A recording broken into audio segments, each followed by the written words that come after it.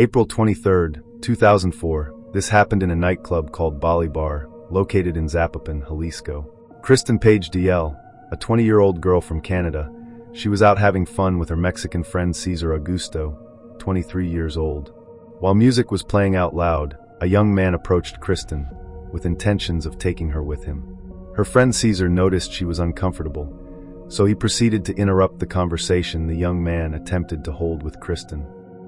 The young man was bothered and started an argument with Cesar to the point where they almost fought, until the man got away with the rest of his friends. That same midnight, while Kristen and Cesar were getting out of the club, a luxury SUV cut them off, and several men opened fire on both of them, taking their lives.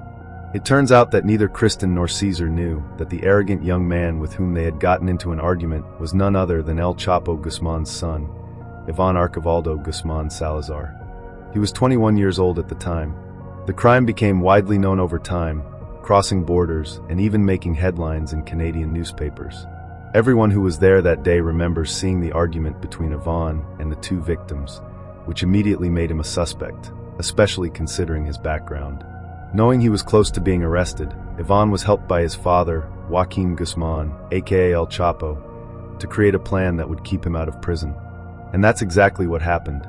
Taking advantage of a previous car accident Ivan had suffered, which left him with damage to one of his legs and caused him to walk with difficulty, El Chapo paid doctors, nurses, and witnesses to all claim that Ivan could not have been at the scene, since he was supposedly still confined to a wheelchair because of the accident.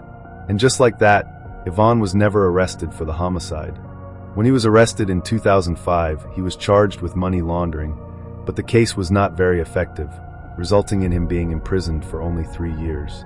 During his incarceration, he underwent a psychological evaluation, where he was described as someone with severe impulsive anger issues who represented a danger. That is why it comes as no surprise that his criminal faction is considered one of the main drivers of violence throughout Mexico.